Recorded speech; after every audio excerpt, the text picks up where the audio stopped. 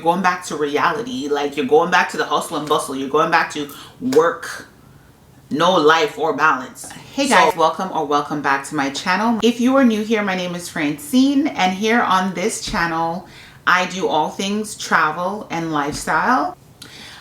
This is my first sit down video on this here channel, and I wanted to actually touch on a few things, and I want to do a series of videos pertaining to certain things that I feel like are important, especially as a solo female traveler, because maybe men watch my videos as well too.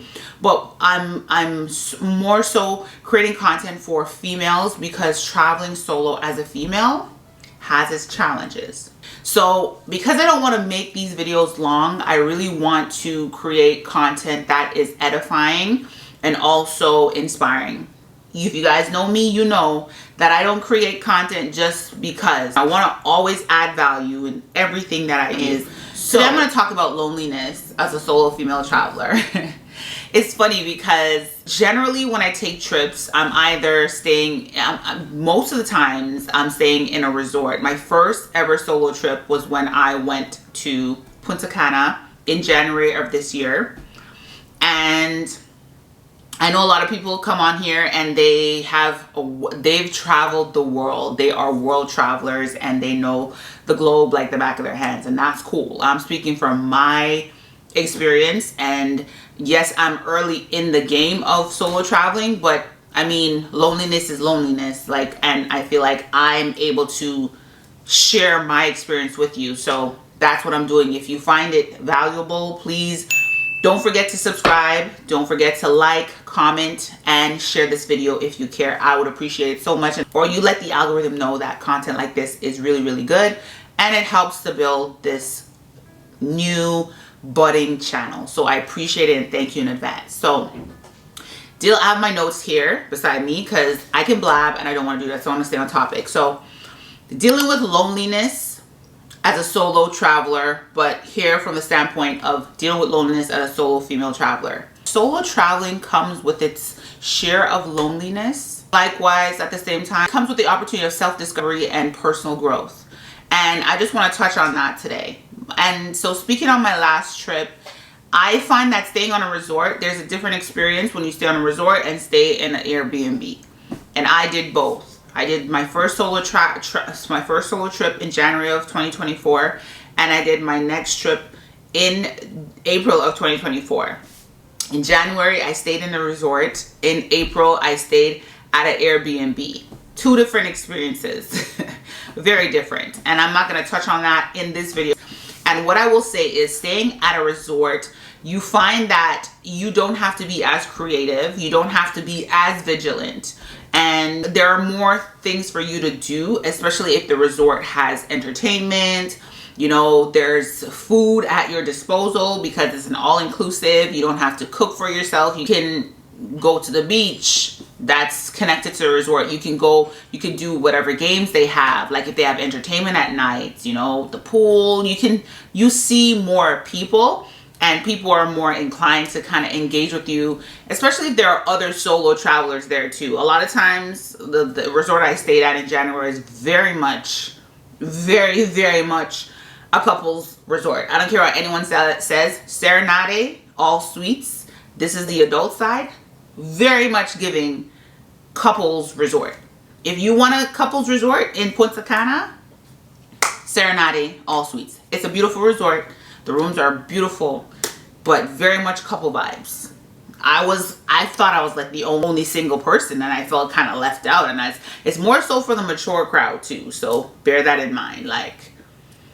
Or maybe the people just look older, but yeah, definitely mature crowd. So bear that in mind. Staying in an Airbnb, you have to cook for yourself. You have to immerse yourself into the culture. You have to go to the store. You have to go to restaurants.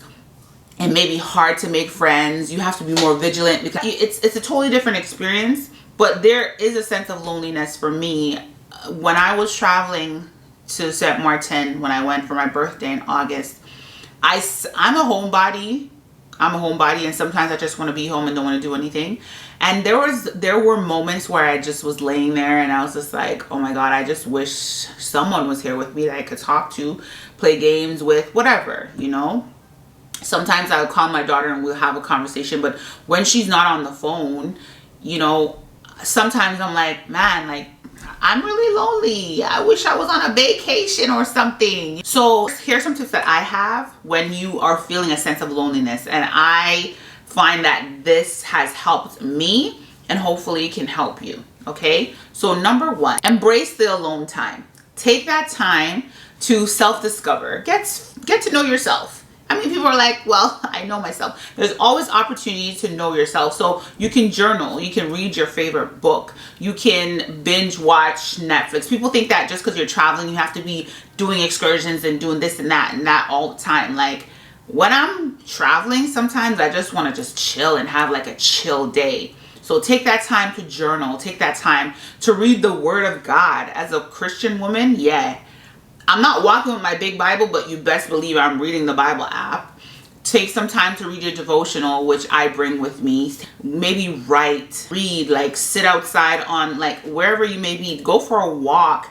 Like even if you're in an area where you feel safe to walk alone, especially in the daytime, take some time to walk and get familiar with the place. There's so much that you can do. Go to the pool, like have a picnic for yourself. I did that on my trip. I said, today's going to be a pool day. I'm going to go to the pool. I'm going to bring some food with me, have my book, and I chilled out, ate some food, and went in the pool, went in the jacuzzi, and I felt satisfied. You can meditate. Take some time to just gather your thoughts and just have some peace and quiet, because when you go back home, you're going back to reality. Like, you're going back to the hustle and bustle. You're going back to work, no life or balance. So take the time to kind of just use that time very, very, very wisely. Tip number two, you can stay social when times when you're feeling a little bit lonely. You can join social groups. There are apps where you can actually download while you're traveling, like Meetup. There's another app called Couch Surfing. You can find events, you can meet up with other travelers, and sometimes you can meet other solo travelers and connect with them. You know, you can also see what events are happening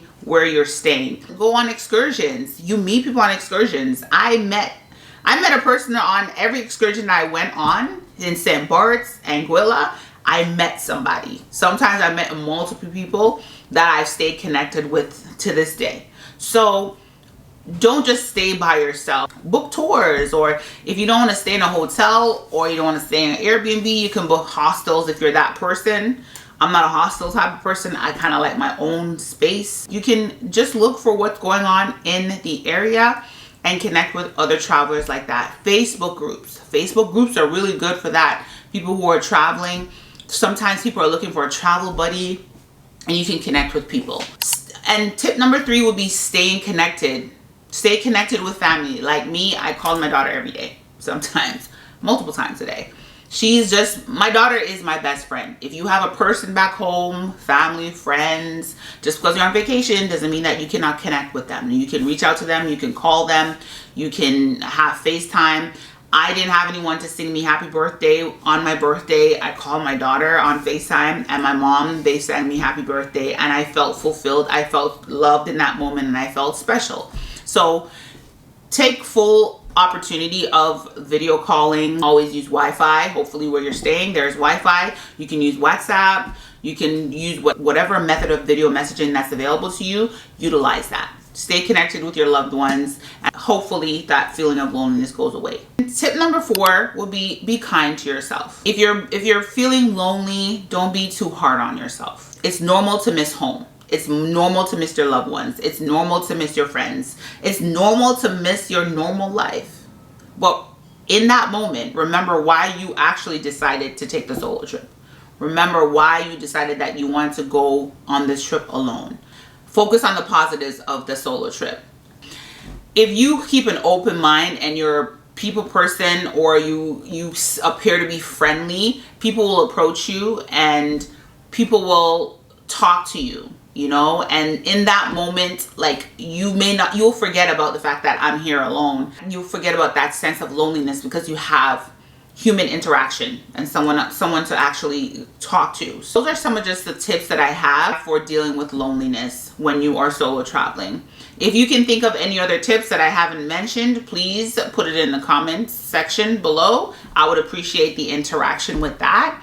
And that's all I have for you guys. Again, as I mentioned, I'm going to be coming with videos like this, touching on other things. I think the next one I will talk about the pros and cons of solo traveling, because there are pros and cons to everything in life. But I just wanted to come on here and share this information with you guys.